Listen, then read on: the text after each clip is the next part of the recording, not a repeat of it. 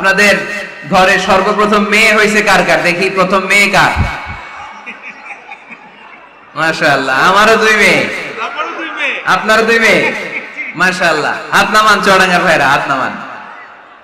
তো এই ঘরগুলো বরকতময়। আল্লাহ রাসূল সাল্লাল্লাহু আলাইহি ওয়াসাল্লামের 3 ছেলে ছিল, একজনও বেঁচে ছিল না, আল্লাহ নিয়ে গেলেন ছোটবেলায়। 4 মেয়ে ছিল, ওনারা বেঁচে ছিলেন, রুকাইয়া, যায়েনাব, উম্মে কুলসুম আর ফাতেমা। আওয়াজ করে পড়েন সুবহানাল্লাহ। ফাতেমা রাদিয়াল্লাহু তাআলা আনহাকে আল্লাহ রাসূল সাল্লাল্লাহু আলাইহি ওয়াসাল্লাম খুব বেশি ভালোবাসতেন। আল্লাহ রাসূল সাল্লাল্লাহু আলাইহি ওয়াসাল্লাম বলতেন, ফাতেমা তু বিদউম মিন্নি, ফাতেমা আমার কলিজার টুকরা। যে ফাতেমারে কষ্ট দেয় সেজন্য আমি নবীকে কষ্ট দেয়, আর যে ফাতেমার মুখে হাসি ফুটায় সেজন্য আমি বিশ্ব নবীর মুখে হাসি ফুটাই। সুবহানাল্লাহ। রাসূল সাল্লাল্লাহু আলাইহি ওয়াসাল্লাম কোন সফরে গেলে সব শেষে ফাতেমা রাদিয়াল্লাহু তাআলা আনহার সাথে দেখা করে যেতেন। আবার সফর থেকে যখন আল্লাহ রাসূল সাল্লাল্লাহু আলাইহি ওয়াসাল্লাম ঘরে ফিরতেন, তখন এসেই আল্লাহ রাসূল সাল্লাল্লাহু আলাইহি ওয়াসাল্লাম ফাতেমা রাদিয়াল্লাহু তাআলা আনহার সাথে দেখা করতেন।